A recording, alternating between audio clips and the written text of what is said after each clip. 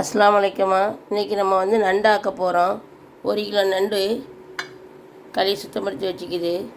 பூண்டு அரைச்சி paste 2 spoon, பெரிய வெங்காயம் 4, சின்ன வெங்காயம் ஒரு 10, முருங்கைக்காய் நமக்கு தேவைக்கு, கருவேப்பிலை, பச்சை மிளகா, தக்காளி 4. இந்த பெரிய வெங்காயத்தையும் தக்காளியும் இஞ்சி வெள்ளப்பூடை போட்டு மிக்சியில் மை போல் அரைச்சிடுவேன். போடுற தூள் மஞ்சத்தூள் 1 ஸ்பூனு, மல்லித்தூள் 1 ஸ்பூனு, சீரகத்தூள் 1 ஸ்பூனு, மிளகாத்தூள் 1 ஸ்பூனு, கரம் மசாலா ஒரு அரை ஸ்பூனு. தாளிக்கிறதுக்கு எண்ணெயில் 100 எண்ணெய் ஊற்றுவேன். பட்டை, ஏலக்காய், பட்டையில் 1, ஏலக்காய், கரம் மசாலாவும் போடுவேன். தேவைப்பட்ட கொஞ்சம் பெப்பரும் போட்டுக்கலாம். இதுதான் இந்த நண்டோட செய்முறை. இதுக்கு பிறகு நான் அரைச்சிட்டு அடுப்பில் ஏற்றின பிறகு காட்டுறேன். இப்போ பாருங்கம்மா, வெங்காயம் தக்காளி எல்லாத்தையும் வெட்டி இதில் வச்சுட்டேன். இதில் நம்ம என்ன செய்கிறோம், நல்லா 3 இங்கே பாருங்கள், இந்த ஸ்பூனில் 3 ஸ்பூனு இஞ்சி பூண்டு. ஏன்னா இது வாய்வான பொருளாக வைக்கிறனால நம்ம இது கொஞ்சம் இஞ்சி வெள்ளை போட்டுறதை பற்றி ஒன்றும் இல்லை, அரைச்சி வச்சுக்கிறேனுமா. அதோட ஒரு அரை மூடி தேங்காய், சிறுசாக இந்த இவ்வளோ சிறுசாக இருந்தால் அரை மூடி தேங்காய், இல்லைன்னா 5-6 ஸ்பூன் தேங்காய் கட்டிப்பால் எடுத்து நம்ம இறக்கும் போது ஊற்றணும்.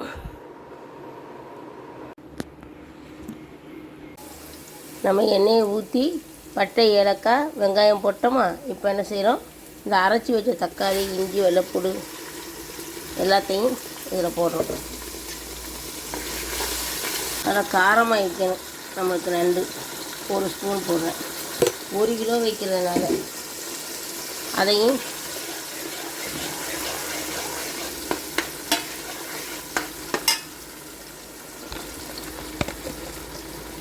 மஞ்சத்தூள் இந்த ஸ்பூனில் 1 ஸ்பூன் போடுறேன்.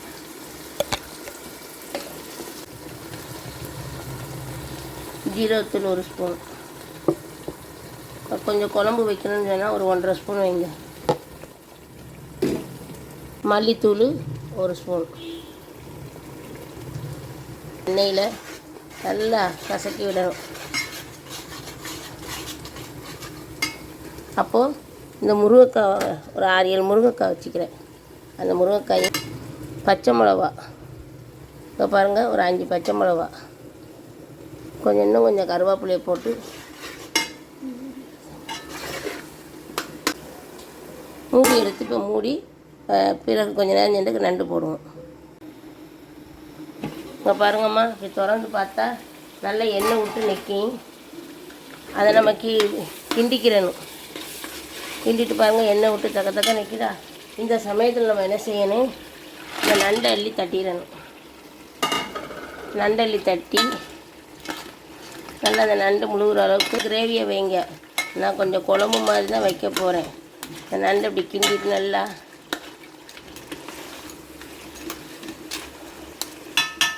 சுமாரான தீ போட்டு கொஞ்சம் நேரம் சென்று நம்ம தேங்காயை ஊற்றிக்கிறோம். இங்கே பாருங்கம்மா, இங்கே பாருங்கள், இது நண்டு நான் 2 தடவை இடையில கிண்டி விட்டுட்டேன். நண்டு இந்த இதாகிக்குது, பார்த்துக்குங்க. இப்போ என்ன செய்கிறோம், நம்ம அரை மூடி பாலை நல்லா வைக்கிற பால் எடுத்துட்டேன். இந்த பாலை இப்படி சுற்றி நான் கிரேவி வைக்கல சொல்லிக்கிட்டேன், நான் குழம்பு தான் வைக்கிறேன். நான் அரை மூடி தேங்காய் நல்லா தண்ணி, பாலும் கட்டிப்பால் எல்லாத்தையும் சேர்த்து இப்படி ஊற்றிட்டோமா. ஊற்றி விட்டு கிண்டி விட்டுட்டு இங்கே பாருங்கள், எனக்கு இவ்வளவு தண்ணி தேவைப்படுது. நீங்கள் கட்டியாங்கிறண்டா கட்டியாண்டுக்குறங்க. கொஞ்சம் கரம் மசாலாத்தில் ரொம்ப ஒரு மூக்குப்பொடி அளவுக்கு கரம் மசாலா தூள், அதையும் கிண்டி விட்டுக்குறங்க. கடைசியில் தான் போடணும், முன்னாடி போட்டால் கசப்புத்தன்மை கொடுக்கும். புதினா, மல்லி, கருவேப்பிலை எல்லாம் போட்டு இங்கே பாருங்கள், நல்லா பாருங்கள் எப்படி கிண்டி தக்க நிற்குதா.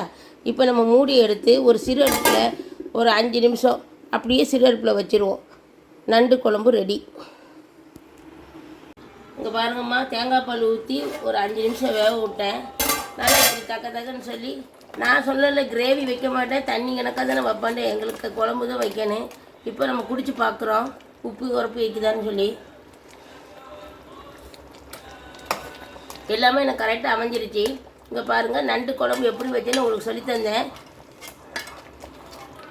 நண்டை பாருங்கள், நல்லா வெந்துருச்சு, நல்லா நண்டு வெந்துருச்சு. இதோட நான் அமர்த்தி வச்சிருமா நண்டு கறி பார்த்துக்குறோங்க. நீங்களும் பார்த்து வீட்டில் செய்யுங்க. சப்ஸ்கிரைப் பண்ணுங்கள். எனக்கு வந்து பெல் பட்டன் அமுத்துங்க, சப்ஸ்கிரைப் பண்ணுங்கள், நல்லா ஆதரவு தாங்க. நான் ஒவ்வொன்றா செஞ்சு போடுறேன்.